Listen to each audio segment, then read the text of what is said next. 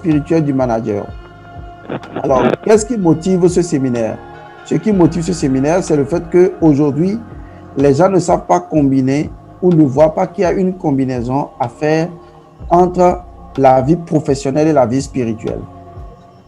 Les gens ne savent pas que l'énergie de création d'entreprise est une énergie spirituelle.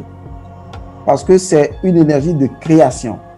Toute énergie de création est d'abord spirituelle. Le papa a une énergie de procréation, la maman a une énergie de procréation, mais quoi qu'on dise, ce sont des énergies de création. Ce sont des énergies spirituelles. Donc, toute énergie qui permet de créer est avant tout de l'énergie spirituelle. Et cette énergie-là procède de 2 chakras. Et ces chakras-là, c'est les chakras qu'on appelle le chakra sacrum, qui est le chakra sacré, okay, qui est encore appelé le Svadhisthana chakra, et le chakra Vishuddha, qui est le chakra de la gorge. Ce sont des chakras créateurs. On les appelle des chakras de l'énergie de création. D'accord? Ce n'est pas tous les chakras ne sont pas créateurs. Il y a des chakras de création. Et les chakras qui créent, c'est le chakra Svadhisthana, qu'on appelle encore le sacrum, qui est associé à nos glandes sexuelles. Et il y a l'énergie de la gorge, qui est le Vishuddha chakra, qui est lié à la parole, puisque la parole est créatrice, en fait. Donc, l'énergie de création d'entreprise procède donc de ces 2 chakras. La capacité que nous avons de créer, de fonder ou de procréer une entreprise et la façon donc de diriger cette entreprise par le verbe. Mais qui dit verbe dit esprit, car la parole vient du cœur et le cœur est le siège de l'esprit. Donc, c'est comme ça ça marche. Alors, à partir du moment où on sait qu'une entreprise est indissociable de l'énergie de création et donc qui est de l'énergie spirituelle, on doit forcément garantir une source de protection aussi bien à l'entreprise qu'au manager qui doit diriger l'entreprise. Des fois, les gens ne voient pas la relation. C'est comme l'exemple de la purification. Pour créer une entreprise, il faut se purifier. C'est obligatoire. Si vous ne vous purifiez pas, vous créez l'entreprise avec de la mauvaise énergie. Donc, voilà un exemple. Un autre exemple, c'est que dans votre bureau, il faut orienter le bureau d'une façon bien précise. On appelle cela la géométrie sacrée. Si vous n'orientez pas le bureau de façon précise, vous allez véhiculer du mauvais chi ou de la mauvaise énergie.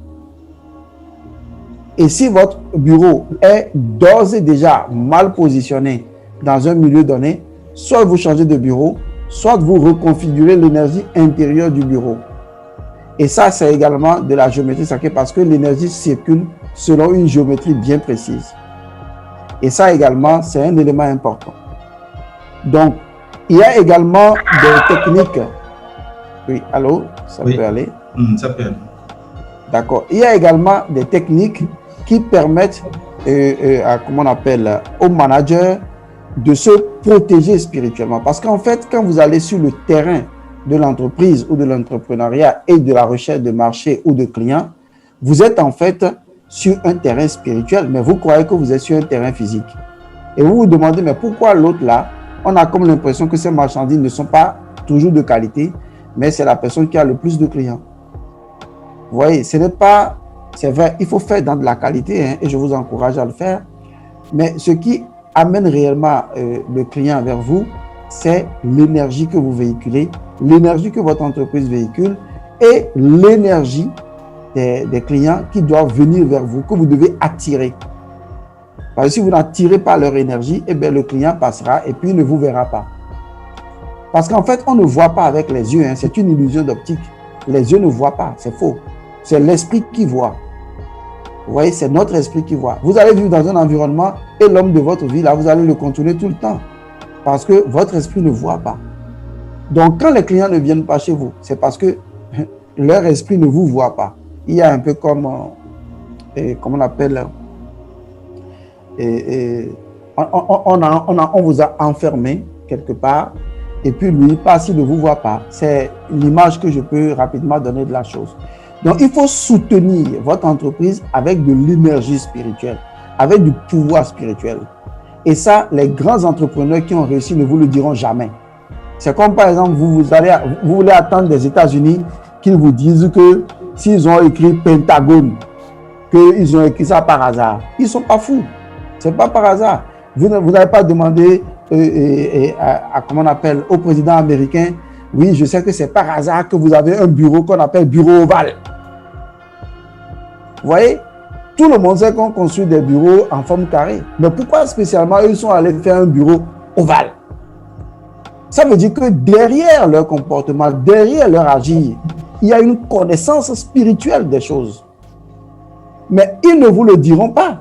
Ils feront de la politique comme tout le monde. Mais qui est fou? Si moi je t'enseigne ma connaissance, tu vas me doubler.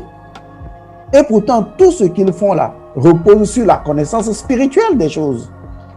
Mais ici en Afrique, on a comme l'impression que les gens sont nés idiots, ils meurent idiots, ils agissent de façon idiote. Parce que pour eux, c'est maintenant qu'ils s'accrochent aux choses physiques sans comprendre que les choses procèdent d'une énergie qui leur donne existence et que pour que les choses marchent, il faut instaurer l'énergie des choses. On va dire oui, est-ce que c'est comme ça que les Dangote ont fait pour réussir? Allez demander à Dangote. Et je vais vous dire une chose, vous pensez qu'il va vous le dire? Qui est fou? Il ne vous le dira pas. Il va simplement vous parler de développement personnel. Il va vous parler d'investissement. Il va vous parler des choses que tout le monde connaît. Mais vous pensez qu'il va vous dire que spirituellement, il a fait ci, il a fait ça. Qui est fou? Personne n'est fou. Hein? Même si aujourd'hui, vous-même, vous découvrez un secret et que spirituellement, vous arrivez à réussir dans votre vie. Vous allez chanter à tout le monde que c'est ça que vous avez fait pour que votre entreprise marche. Qui est fou? Personne ne dit jamais ce qui est spirituel et qui est caché dans le sacré du secret et qui fait que les gens réussissent. Ils ne vous le diront pas parce que interdiction a été faite. Parce que s'ils le disent, ils perdent également leur influence. Donc, on ne peut pas réussir professionnellement si on n'a pas l'énergie spirituelle conséquente pour réussir. C'est ce qui arrive d'ailleurs que les gens font tout ce qu'on leur demande de faire professionnellement. Ils font tout. Mais c'est pas possible. Ça n'avance pas. Vous voyez donc, c'est autant de choses que le chef d'entreprise ignore. Alors que si lui, il est le chef d'entreprise, il est le leader, il est le manager, il est la tête, il est le Horus, il est le chorus, il est le voyant au loin. C'est ça Horus. Il est celui qui siège sur le trône, qui gouverne son entreprise. Il ne gouverne pas que des hommes, mais il gouverne des esprits, des entités. Et qu'il ignore cette chose-là, ça veut dire que logiquement, il ne pourra pas aller loin.